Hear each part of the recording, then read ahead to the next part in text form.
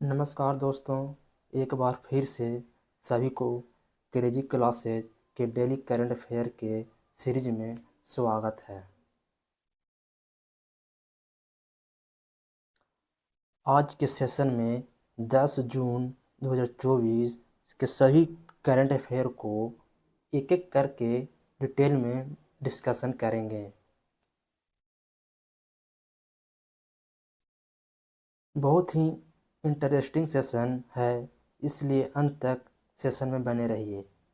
Video पसंद आए तो लाइक एवं शेयर और इस चैनल को सब्सक्राइब जरूर से ज़रूर करें। अगर इस चैनल पर अभी नए हैं तो कृपया करके इस चैनल को सब्सक्राइब कर दें। आज का सेशन शुरू करते हैं। आज का पहला क्वेश्चन है, हाल ही में फ्रेंच ओपन 2024 में महिला एकल का खिताब किसने जीता? Option Iga Swiatek, Jasmine Paolini, Naomi Osaka या अरियाना सबलेंका। तो इसका सही आंसर होगा ईगा स्विएटेक। ईगा स्विएटेक ने जास्मिन पिलोनी को हराकर फ्रेंच ओपन 2024 का खिताब जीता है, यानी कि इसका सही आंसर होगा ईगा स्विएटेक।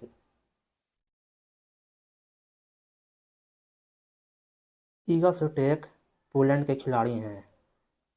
वह लगातार 3 बार फ्रेंच ओपन जीत चुकी है। अभी तक कुल 4 बार ग्रैंड स्लैम जीत चुकी है, यानी 3 बार फ्रेंच ओपन जीत चुकी है और 4 बार कुल ग्रैंड स्लैम जीत चुकी है। Lawn tennis. आधुनिक लॉन टेनिस का विकास सर्वप्रथम इंग्लैंड में हुआ था। लॉन टेनिस को चलाने वाली संस्था है इंटरनेशनल टेनिस फेडरेशन द्वारा संचालित होता है। इसमें प्रमुख कप हैं Davis cup, Hopman cup, Wimbledon और यूएस ओपन। ये सभी लॉन टेनिस खेली जाती है। ग्रैंड स्लैम 4 प्रकार के होते हैं। पहला Australia open, French open, Wimbledon, US open. Australia open है जो जनवरी में शुरू होती है और ये हार्ड कोर्ट पर खेली जाती है। फ्रेंच ओपन मई से जून के बीच में होती है जो क्ले कोर्ट पर खेली जाती है। विंबलडन जो जून जुलाई में होती है जो ग्रास कोर्ट पर खेली जाती है। यूएस ओपन जो अगस्त से सितंबर के बीच में होती है जो हार्ड कोर्ट पर खेली जाती है। फिलहाल फ्रेंच ओपन हुई है जो क्ले कोर्ट पर खेली जाती है, जिसकी विजेता ईगा स्विएटेक हैं। ओपन 2024 के बारे में जानकारी ले लेते हैं। ऑस्ट्रेलिया ओपन 2024 में मेंस सिंगल में जनिक सिनर ने जीता और रन उप विजेता डेनियल मेदवेदेव हैं। वुमेन सिंगल में अरियाना सबलेंका ने जीती और उप विजेता जेन किनवेन हैं जो चाइना के खिलाड़ी हैं। मेंस डबल में रोहन्ना बोपन्ना एवं मैथ्यू एवेडन ने जीते, जो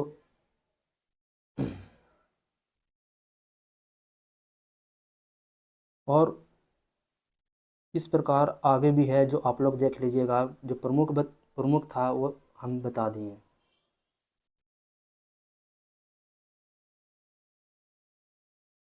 यही ईगा स्विएटेक हैं जो जिसने फ्रेंच ओपन 2024 जीते हैं।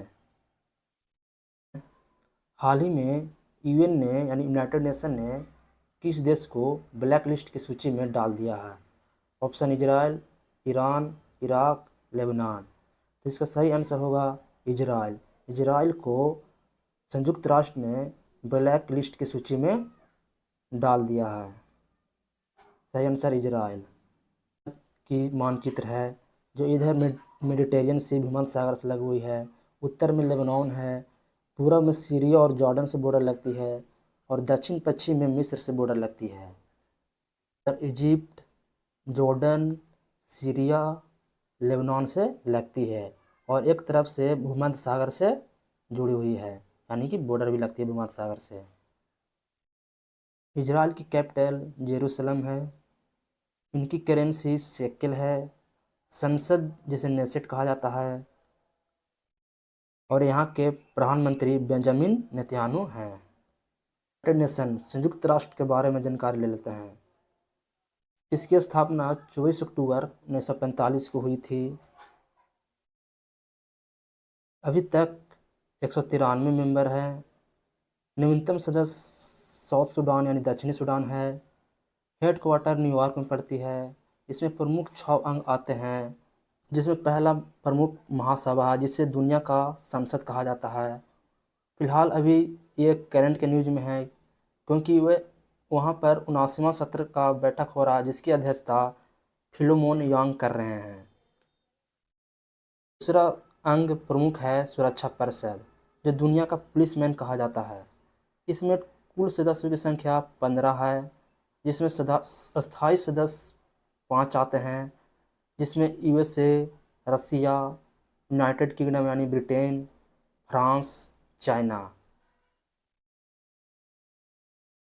और अस्थायी सदस्य में 10 आते हैं, जिनकी कार्यकाल 2 वर्ष को होती है, यानी यह 2 वर्ष के बाद चेंज होते रहते हैं। आर्थिक एवं सामाजिक परिषद, चौथा प्रन्यास परिषद, 5वां अंतर्राष्ट्रीय न्यायालय, जिसका हेड एकमात्र संयुक्त राष्ट्र की संस्था है। इसमें एकमात्र अंतर्राष्ट्रीय न्यायालय है जो न्यूयॉर्क के बाहर किसी दूसरा देश में हेडक्वार्टर है। बाकी का जितना भी हेडक्वार्टर है सभी न्यूयॉर्क में स्थित है, लेकिन अंतर्राष्ट्रीय न्यायालय का हेडक्वार्टर द हेग में है। द हेग नीदरलैंड में पड़ता है। अगला क्वेश्चन देखते हैं। हाल ही में बिसलेरी लिमोनाटा का ब्रांड एम्बेसडर बनाया गया है। ऑप्शन आदित्य राय कपूर, सलमान खान, शाहरुख खान, रणबीर कपूर। तो इसका सही आंसर होगा आदित्य राय कपूर।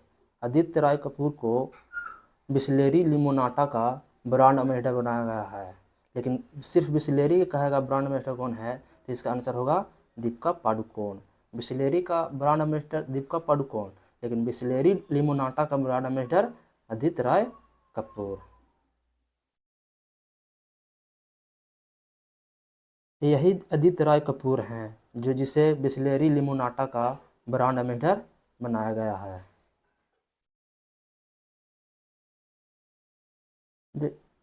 प्रमुख ब्रांड एम्बेसडर का लिस्ट देखते हैं, जो प्रमुख ब्रांड एम्बेसडर हैं। जैसे स्पेस इंडिया का ब्रांड एम्बेसडर संजना सांघी है।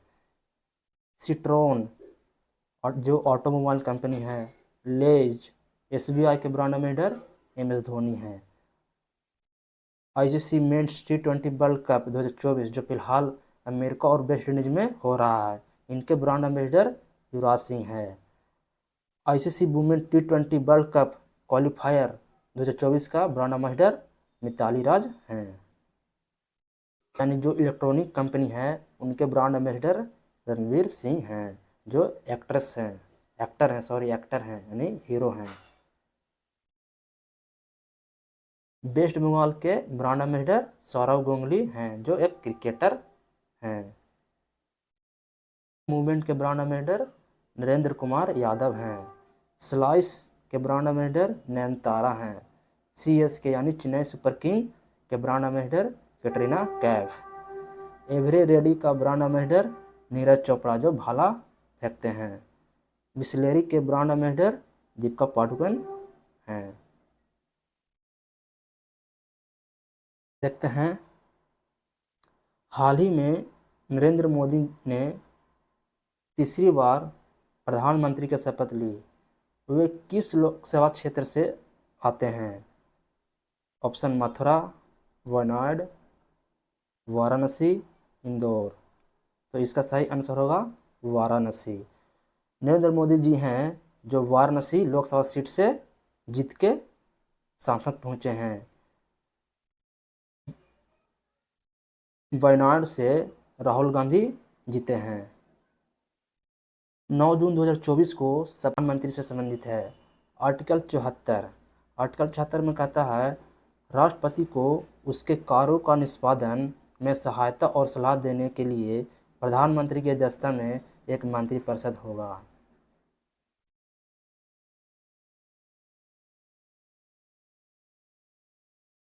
आर्टिकल है 75 के 1 में कहता है प्रधानमंत्री की नियुक्ति राष्ट्रपति द्वारा की जाएगी और अन्य मंत्रियों की नियुक्ति प्रधानमंत्री की सलाह पर राष्ट्रपति द्वारा की जाएगी। 75 के 2 में कहता है मंत्री राष्ट्रपति की इच्छा तक पद पर बने रहेंगे, यानी कि मंत्री जो होंगे जैसे स्वास्थ्य मंत्री, वित्त मंत्री, ये राष्ट्रपति के इच्छा तक पद पर बने रहेंगे।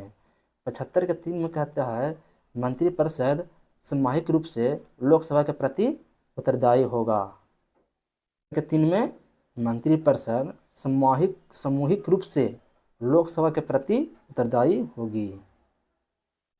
देखते हैं हाल ही में किस संगठन द्वारा चाइल्ड न्यूट्रिशन रिपोर्ट 2024 जारी की गई।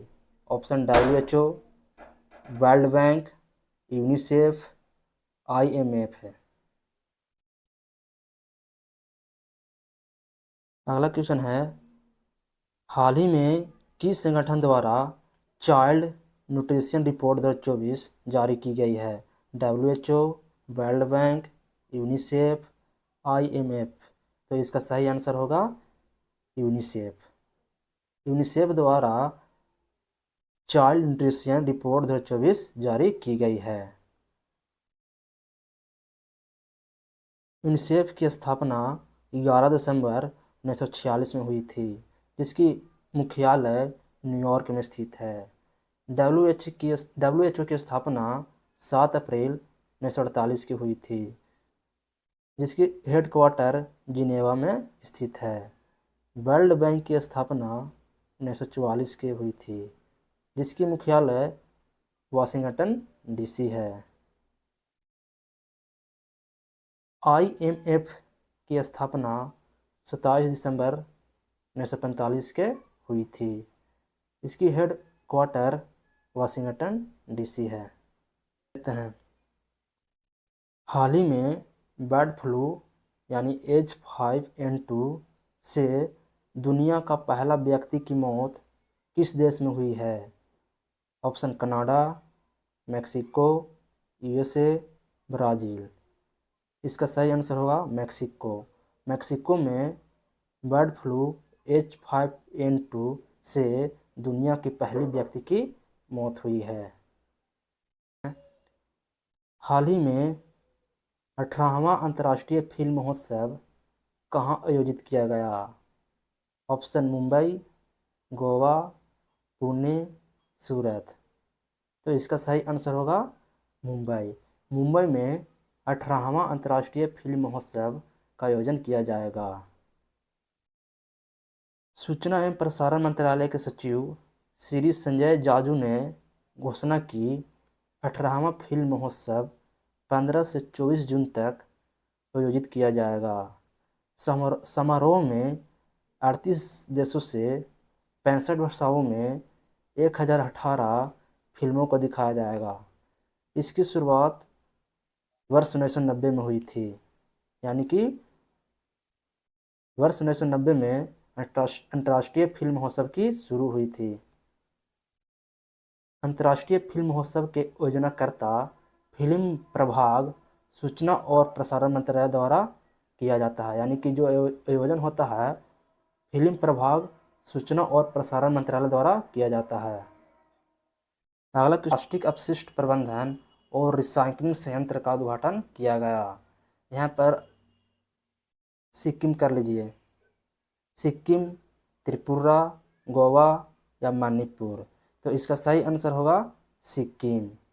सिक्किम में प्लास्टिक अपशिष्ट प्रबंधन और रिसाइक्लिंग संयंत्र का उद्घाटन किया गया। सिक्किम कर लीजिए, सॉरी गलती हो गई, मिस प्रिंटिंग हो गई है, सिक्किम कर लीजिए। क्वेश्चन पे आते हैं हाल ही में किसने ESIC के महानिदेशक का कार्यभार संभाला है। ऑप्शन कृष्ण प्रकाश, श्री कमल किशोर सोन, संजय कुमार अग्रवाल या कोई नहीं। तो इसका सही आंसर होगा श्री कमल किशोर सोन। श्री कमल किशोर सोन ने ESIC के महानिदेशक के कार्यभार संभाला है। कृष्ण प्रकाश हैं जिनको हिंदी साहित्य के लिए अभी फिलहाल पुरस्कार मिला है। श्री कमल किशोर सोन ने ईएसआईसी के महानिदेशक का कार्यभार संभाले हैं। इसका सही आंसर होगा श्री कमल किशोर सोन जी। अगला क्वेश्चन है, हाल ही में यूएन के सुरक्षा परिषद के अस्थायी सदस्य के रूप में किसे नहीं चुना गया है? Option Pakistan, Denmark, Panama, India. तो इसका सही आंसर होगा ऑप्शन डी, इंडिया को। फिलहाल पाकिस्तान, डेनमार्क, पनामा, सोमालिया और यूनान, जो ग्रीस कहते हैं, 1 जनवरी 2025 से 2 साल के लिए चुना गया है। जापान, माल्टा, स्विट्जरलैंड, मोजाम्बिक और इक्वाडोर का कार्यकाल 31 दिसंबर 2024 को समाप्त हो रहा है। इनके जगह पर अभी फ़िलहाल पाँच देशों को चुना गया है, जिसमें पाकिस्तान, डेनमार्क, पनामा, सोमालिया और यूनान को चुना गया है। को अभी तक 8 बार अस्थायी सदस्य के रूप में चुना गया हो। भारत को अभी तक 8 बार अस्थायी सदस्य के रूप में चुना गया है।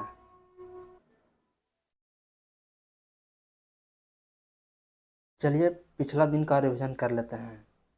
यह सिर्फ रिवीजन के लिए होगा, इसमें डिस्कशन नहीं किया जाएगा, यह रिवीजन है।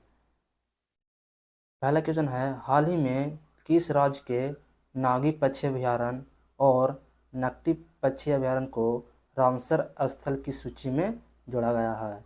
तो इसका सही आंसर होगा बिहार है। हाल ही में संयुक्त राष्ट्र महासभा के 79वें सत्र के अध्यक्ष के रूप में किसे नियुक्त किया गया है?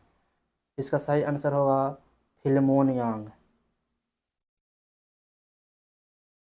अगला क्वेश्चन है, हाल ही में आरबीआई द्वारा जारी की गई द्विवार्षिक नीति के अनुसार वर्तमान रेपो रेट क्या है? इसका सही आंसर होगा 6.5%। हाल ही में इन्वायरमेंटल परफॉर्मेंस इंडेक्स 2024 में भारत को कौन सा स्थान मिला है? तो इसका सही आंसर होगा 176। हाल ही में शेख सबा खालिद अल सबा को किस देश की क्राउन प्रिंस नियुक्त किया गया है? तो इसका आंसर होगा कुवैत। हाल ही में भारत और कतर के बीच निवेश सहयोग मजबूत करने के लिए निवेश पर संयुक्त कार्यबल की पहली बैठक का आयोजन कहाँ किया गया? तो इसका सही आंसर होगा नई दिल्ली।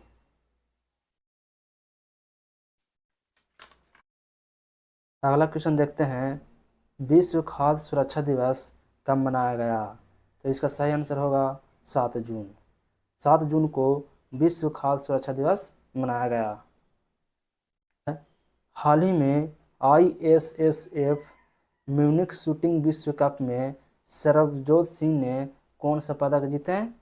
तो इसका सही आंसर होगा गोल्ड, यानी स्वर्ण पदक जीते हैं।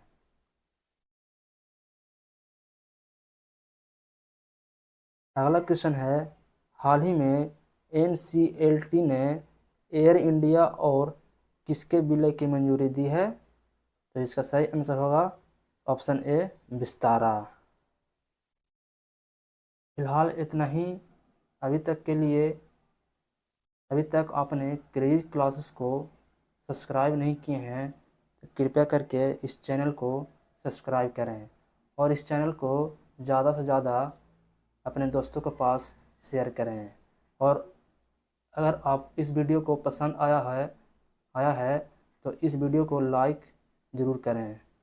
जब तक के लिए जय हिंद, जय भारत।